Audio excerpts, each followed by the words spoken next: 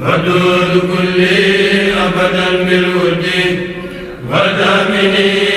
أثر الوكد ودود كل أبدا بالود ودامني أثر الوكد. asalaamaaleykum mbokk yi tey la talaata ñeenti fan ci weeru baraxlu ci atum junni ak ñeenti téeméer ak ñeent fukk ak ñett ci gàddaay yonente bi sallallahu alayhi wa sallam dëpp ak juróom-ñetti fan ci weeru mars ci atum ñaari junni ak ñaar fukk ak ñaar ñeenti fan bokkul ci lim yu fàtte lim bu rafet la kon tey ci talaata ji rafet na li ñu ciy tere tere waccandiku moom talaata mooy ku ca watu wala ku ca daloo wala ku ca ñaw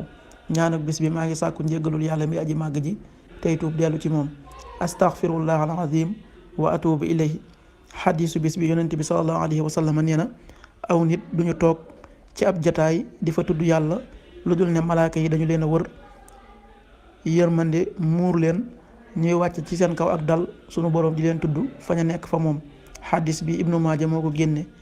qaala rasulullahi sallallahu alayhi wa sallam maa jalasa qawmun majlisan yadkuruna allaha fihi ilaa xafathum almalaika wa taxasarhum rahma wa tanazzalat alayhim alsakina wa dakarahum allahu fi man inda axrajahu ibnu maaja. بخير ودي لمن مان الأسى كالقدي مدى سلامك بخير ودي لمن مان